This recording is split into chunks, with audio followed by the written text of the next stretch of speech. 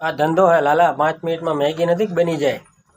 આને ઊભો કરવા માટે ટાઈમ દેવો પડે. અને ટાઈમ એટલે 10 વાગે મોઢું ચોળતા ચોળતા આવો ને આંખ્યું ચોળતા ચોળતા અહીંયા બેહો ને એમ ધંધો સેટ ન થાય હો. ધંધો સેટ કરવો હોય ને તો સવારમાં વહેલા જાગવું પડે અને સાંજે મોડા ઊંઘવું પડે. અને રોજ અહીંયા એટલી એવી મહેનત કરવી પડે. કોઈ આવે તોય ભલે, ન આવે તોય ભલે. મારે ધંધો છે એટલે હું તમને કહું. મને બધા શું પૂછતા હોય કે તારા રોજની આવક કેટલી? ધંધામાં આવક જાવક ન હોય. ધંધો 3 વર્ષ તમે બેહો ત્યારે સેટ થાય. તમે ધંધામાં 3 વર્ષ દો ત્યારે કાંઈક શીખો. બાકી અત્યારની જનરેશનને શું ઓલી 5 મિનિટમાં મેગી બની જાય ને એવી રીતે પૈસા નાખ્યા ભેગા ઊભા કરી લેવા. તો એમ લાલા પૈસા ઊભા ન થાય. અને તમારે જે આજુબાજુમાં ધંધો કરતા હોય એને જરાક તમે પૂછો કે કેટલા વર્ષે એ ઊભા થયા હતા.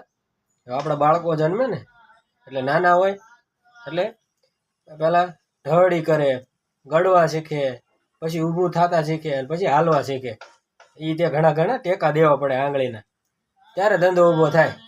બાકી અત્યારને શું કહી જ દેવું છે, ધંધો કરી લેવું ને આમ કરી નાખશું તેમ કરી નાખશું.